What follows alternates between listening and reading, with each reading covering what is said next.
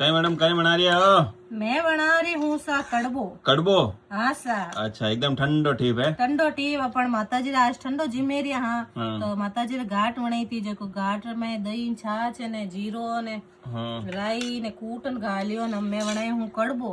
मान। कड़बो वणियो जोरदार काल जो ठंडो रह जी आज तो। कार जो ठंडो रह जी ने પછી नींद ही जोरदार आवेला हाँ हाँ। क्योंकि एकदम देसी खाणो तो नींद आवे नहीं मक्की री घाट है। अच्छा लस्सी रह जो है। हाँ और मैं है बढ़िया दही हम्म। ने छाछ जो मजो आवे रे है के पूछो मती।